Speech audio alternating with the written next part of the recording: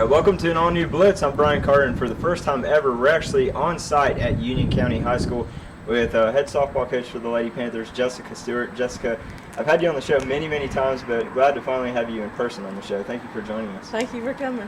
Now, Coach, obviously you've had enormous amount of success, in about the last decade, especially the last 7 years here at Union County. Really turned this into one of the more elite programs in the state.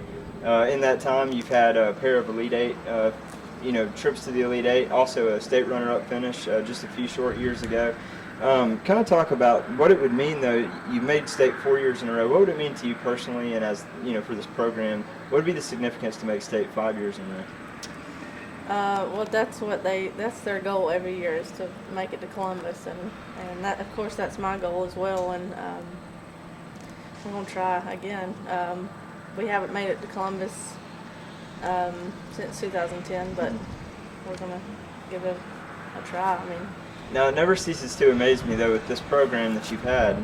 Every year you unload some great talent. Every year, year in, year out, seems like you have to part with some of your more talented players. But then next year, you bring in a new group of girls, and they kind of fill those shoes pretty nicely and just still find all that success anyway. How do you do that year in, year out? Well, we have a good middle school program, so it starts there. So we build up, and then our JV team, and then it just, they're ready to go.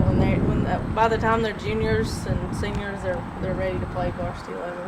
And some before that, but just building it from starting middle school and travel ball, and there's no lack of talent here in Union County in softball.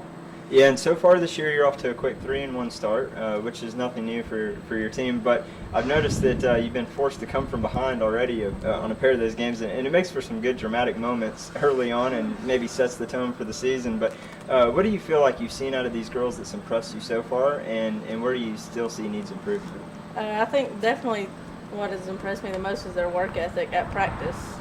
They even the younger girls, they come to play, and when we fail and when we lost that game, they come hungry, they come motivated, and to get better. And we only have 6 upperclassmen, but they're ready, they're good, they're ready to play, and they motivate these younger girls to work hard every day.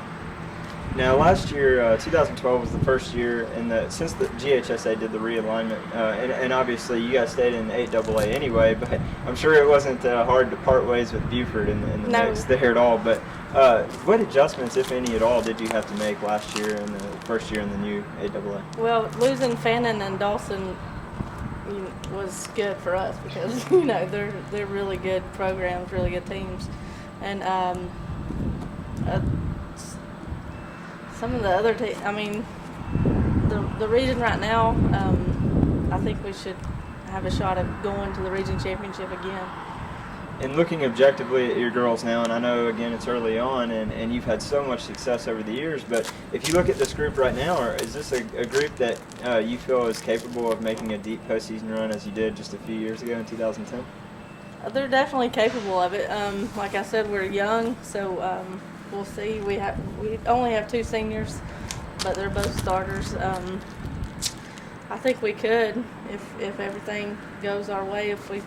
Our pitching, we have 2 aces. We have 2 girls that can throw any game, which we hadn't had in a long time. We've depended on one arm the whole time. But I'm excited about that. Our defense has been really good. We just some of the younger girls are not used to the pitching at this level, so we got to get them used to that. The last question, then I'll let you go, but we spoke just a moment ago about some of the early season dramatics that you've had to endure so far in a couple of those wins. And one girl that's really been behind those has a newcomer, a freshman, Lakin Chambers, just came on and she got a win in the opening game, I believe, in the 3-2 win, I guess, was it over Fannin? And then in the North Murray game, a 2-out grand slam in the 6th inning, and you win that one 7-6. You got to like what you see out of her early on. Oh, definitely. I think Lakin's going to do big things for us in this program.